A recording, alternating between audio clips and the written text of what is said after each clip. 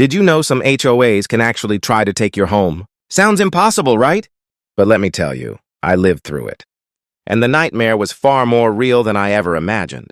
My name is Daniel Carter, and a few years ago, I bought what I thought was my dream house in a quiet suburban neighborhood called Willow Creek Estates. It was one of those places with manicured lawns, white fences, and tree-lined streets that looked like something straight out of a postcard. My wife Emily and I had saved for years to get here. We thought we had finally made it, safe, peaceful, and the perfect place to raise our daughter, Lily. What we didn't know was that lurking behind those perfect hedges was an HOA that was anything but neighborly, and at the center of it all was a woman named Karen Whitfield. Karen was the HOA's vice president, and if you picture the word Karen brought to life, sharp bob haircut, oversized sunglasses, and a permanent scowl, you'd have her nailed. She lived 3 houses, down from us in a massive brick, home with spotless flower beds and a flagpole in the yard. From the moment we moved in, she watched us like a hawk. If Lily left her bike leaning against the garage for even a few minutes, Karen's glare would cut across the street like a laser. I shrugged it off at first, figuring some people are just nosy, but soon it became obvious this wasn't simple nosiness. This was control. The first letter came only 2 weeks after we moved in. It was slipped under our door, typed in stiff legal font with the HOA letterhead. Violation, trash cans visible from street. Apparently, our bins had been left out for more than the approved 12-hour window. The fine? $50. I thought it was ridiculous, but paid it just to avoid trouble. Then came another. Violation, shutters. Not an approved color palette. We had chosen a soft navy blue when repainting, which Emily loved. But according to Karen and her HOA buddies, it wasn't the right shade. They demanded we repaint them beige, of all things, or face a $100 fine. That was when I realized this wasn't going to be a peaceful neighborhood experience. This was going to be war. I tried reasoning with Karen. I approached her during one of her morning walks, when she marched around the neighborhood with her little clipboard, jotting down infractions. I asked if we could compromise, maybe get approval for the color after the fact. But she smirked and told me, rules are rules. Mr. Carter, if you can't follow them, maybe Willow Creek isn't the right place for your family.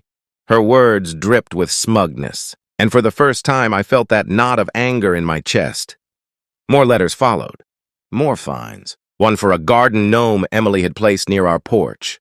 Another for Lily's chalk drawings on the sidewalk, labeled as graffiti. The total piled up to nearly $1,000 in just a few months. I stopped paying, determined not to be bullied anymore.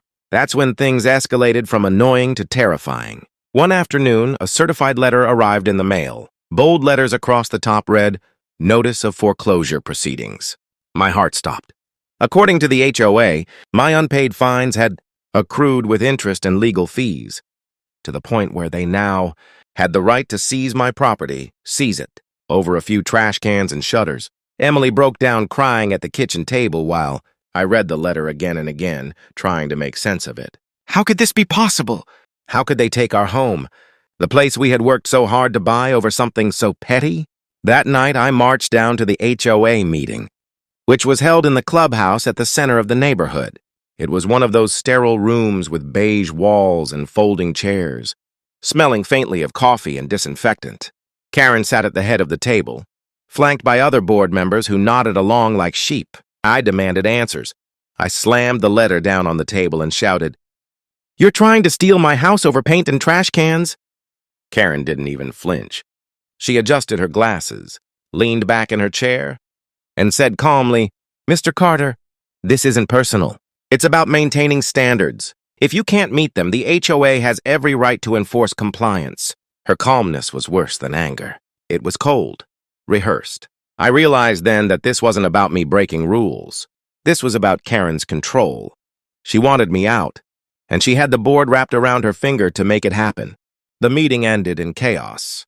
Emily pulled me out before I said something that would make things worse. But the damage was done. They weren't backing down, and the foreclosure clock was ticking. That night, lying awake in bed, I stared at the ceiling and thought I could actually lose my home. The thought was suffocating. But as the fear burned through me, it transformed into resolve. If Karen wanted a fight, she had just picked the wrong person. And that's when I decided I was going to fight this with everything I had. The night after that HOA meeting, I couldn't sleep. My mind replayed Karen's smug face over and over, those cold words about standards echoing like a threat. It was surreal. The thought that someone who lived 3 houses away, someone who waved at joggers and hosted block parties, was trying to strip away my home, the single biggest achievement of my life. And for what? To prove a point? To feed her obsession with control? I knew then that sitting back and hoping it would resolve itself wasn't an option. Karen wasn't going to stop until I was gone. The first thing I did was call a lawyer. A friend from work gave me the number of a local attorney named Robert Mitchell, a gruff but brilliant man with 30 years of experience fighting HOA abuse. When I laid everything out in his office, the fines, the letters, the foreclosure notice, he leaned back in his chair, rubbed his chin, and said, "You've got a real snake pit here. HOAs have power, but this smells like a setup." He explained that while HOAs can foreclose on homes for unpaid dues and fines, the process must follow strict legal procedures. Karen had moved fast, too fast. It was almost as if she was rushing the process before I had time to push back. Robert advised me to gather everything, every letter, every email, every notice. He wanted a paper trail that showed not only the absurdity of the fines, but also any inconsistencies that could prove misconduct. That night, Emily and I pulled out a box and stacked it high with documents. Going through them was like reliving every petty attack. The fine for Lily's chalk art, the fine for a garden gnome, the fine for grass longer than 2 inches. It was laughable and infuriating at the same time. But as I read deeper, I noticed something strange. Some dates didn't add up. One violation letter claimed I had been warned about my shutters in March, but we hadn't even moved in until April. Another had a signature from the board president that looked suspiciously like Karen's handwriting. The deeper I dug, the more rotten it became. I spoke to neighbors quietly, asking if they had ever dealt with foreclosure threats. To my shock, 2 families admitted they had. One older couple, the Johnsons, had been fined for yard clutter after their grandkids left toys in the yard. The fines snowballed until they had no choice but to sell and move. Another neighbor, a single mom, confessed through tears that she had lost her home entirely after Karen's fines pushed her into foreclosure. "She wanted me gone," the woman whispered. "She even tried to buy my house after the auction." That was it, the smoking gun. This wasn't about rules or standards. This was Karen's business model. She weaponized the HOA, targeting families she didn't like, bleeding them with fines, and then pushing them out so she, or her friends, could scoop up the homes at a discount. Armed with this information, Robert filed a legal challenge. We accused the HOA of abuse of power, fraudulent documentation, and conflict of interest. The lawsuit alone put a freeze on their foreclosure attempt. For the first time in months, I could breathe. But I knew Karen wasn't the type to back down quietly. Sure enough, she showed up at my door 2 nights later. It was dark out, and the porch light cast her shadow long and menacing across my driveway. She didn't knock, she just stood there until I opened the door. Her smile was thin, poisonous. "You think you're clever, don't you?" she said softly, almost whispering. "Dragging lawyers into this, stirring up the neighborhood. But you don't understand, Mr. Carter. This is my community, and people who don't fit don't last here." I told her to get off my property, but she just smirked, muttered, "See you in court," and walked away. That night, Emily was terrified. We double-checked the locks, closed the blinds, and kept Lily away from the windows. It didn't feel like a neighborhood anymore. It felt like living under siege. Weeks passed, and the tension built toward the court date. The HOA board tried to present themselves as professional and reasonable, but Robert tore them apart. He pointed out the forged dates, the inflated fines, the suspiciously rushed foreclosure vote.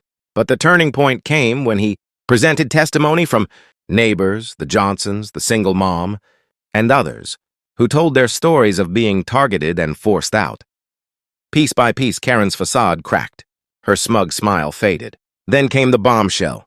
Robert had subpoenaed financial records and uncovered that Karen's husband, acting under a different LLC, had purchased 2 foreclosed homes in the neighborhood over the past 5 years. Homes that had belonged to families fined out of existence by the HOA. The courtroom gasped. The judge's face hardened. And for the first time, Karen had no comeback. She sat there silent, her eyes darting nervously as her empire of control crumbled.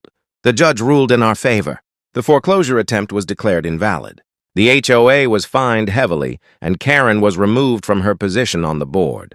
It wasn't just a victory for me, it was a victory for everyone in Willow Creek, who had suffered under her reign of terror. People actually cheered outside the courthouse that day, hugging me, shaking my hand, thanking me for standing up when no one else could. Back home, Emily cried tears of relief as we sat on our porch, watching Lily draw chalk flowers on the sidewalk without fear of fines. The neighborhood began to feel alive again, lighter, freer. Without Karen's shadow looming, people laughed louder, kids played longer, and for the first time since we'd moved in, Willow Creek felt like the dream we had always hoped for. Looking back, I realized something important. Bullies like Karen thrive when people stay silent. She had counted on our fear, our ignorance, our willingness to pay fines just to keep the peace. But once someone pushed back, once her corruption was dragged into the light, her power vanished. So if you're listening to this and you've got your own HOA horror story, know this: you're not alone. These organizations can wield scary power, but they're not invincible. Stand your ground, gather evidence, and don't let anyone, no matter how smug, no matter how powerful, bully you out of what's rightfully yours. Because sometimes the fight for your home isn't just about a house. It's about standing up for yourself, your family, and your community. And if you've ever faced off with an HOA Karen yourself, drop your story in the comments. I'd love to hear it. And don't forget to subscribe, because trust me, I've got plenty more wild stories to share.